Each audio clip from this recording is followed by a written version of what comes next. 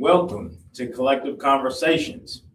Today's show is presented in partnership with Just a Bunch of Felons, an organization committed to helping individuals move beyond their past and build successful futures. An interview is more than a conversation. It's an opportunity to tell your story, an opportunity to showcase your growth, an opportunity to prove that your future is greater than your past. Too many people miss opportunities not because their lack of potential, but because their lack of preparation. Today, we're talking about interview preparation, building confidence, making strong first impressions, answering tough questions, and positioning yourself for success. Because when preparation meets opportunity, doors open. And sometimes one interview can change a life. Let's get into it.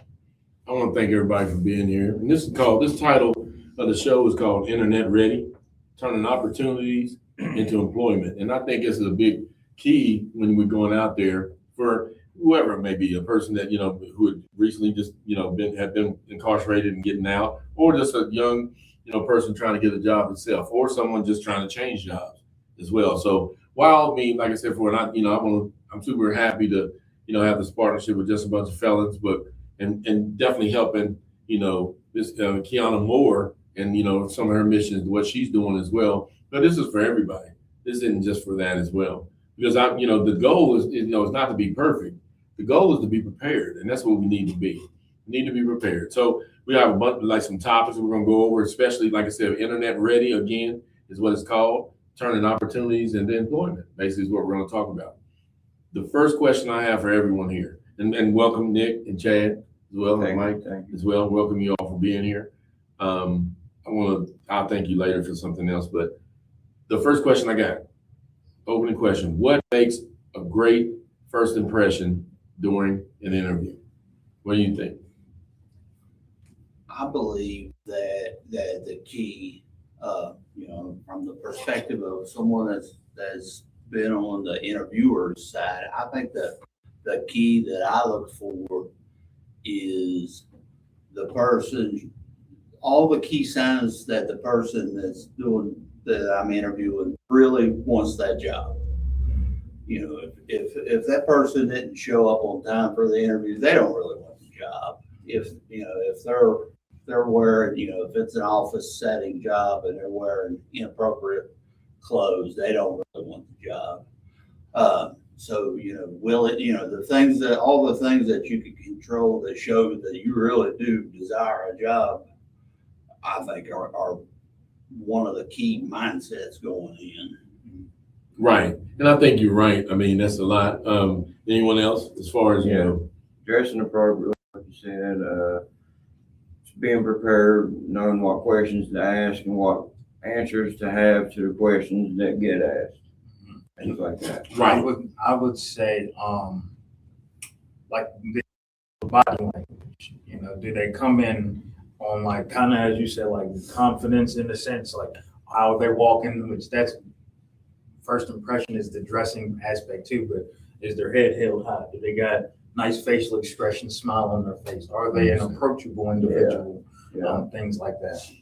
And I think that's what we're going to get into. A lot of the things you mentioned, that's why I guess, so you're answering a lot of the questions that, really that we're going to go over today. And, I know we'll get into it more, but I think people sometimes stress too much about being nervous going into an interview, because a little bit of nerves going in, for one, you're going to prepare more. But for two, if I'm interviewing someone and they're a little bit nervous, that shows me that they care. You're right. I would rather have that than someone that's coming in with an attitude that I already know, and a little overconfident can actually work against you. Yeah, right. So to introduce the first topic, common interview questions and how to answer them. Let's talk a little bit about that. Sometimes a lot of, one of the things they talk about is, tell me about yourself. This is what it says, one of the questions that they talk about. Now we'll get into this. I'm going to go over certain ones and then we can go from there. Why do you want to work here? is another one. What are your strengths? What is a weakness you are working on, right? And then why should we hire you? You don't just say because I want a job. You say something. You give PowerPoints to like letting them know that you know about their company or whatever it is that you're trying to get hired on. A lot of times, I mean, and like I said, join in and see. A lot of times is, definitely keeping your answer professional and definitely to the point. To the point, what I mean, and that's one of the things it speaks about. Just, another thing, a question they could ask: describe a time you had to overcome a challenge. Is another one they kind of spoke about, and another one, the last one. Where do you see yourself in 5 years? These are just some key ones they talk about as well, and that definitely when we're doing the interview and they frequently ask, and we're going to get into. I'm gonna let you all talk a little bit, but we're going to get into some specific examples of certain, because we now I've told you the question, but what about the interview? The person that that's doing the interview, what about them? They're going to have some ways they're going to have how would I be prepared to handle these questions, especially knowing some background. That's what we're talking about a lot of that. Sometimes if you have a tough criminal background, what are you to say? What are you to say? We're going to get in here in a second, but first, definitely.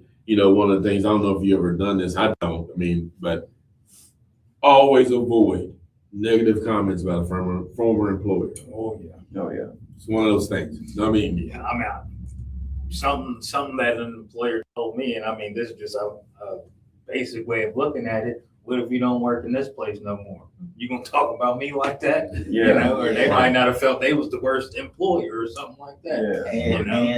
And that can be nothing more than a trap by the interviewer as well, to see if, they might lead you down that road. Because it could be something in there. That's why I said professional and to the point. And that's a lot of times, I guess, when we go, what is professional? And those are things, like I said before, being straightforward, but also make sure, no jargon, things like that. Yeah. Speaking, correct grammar.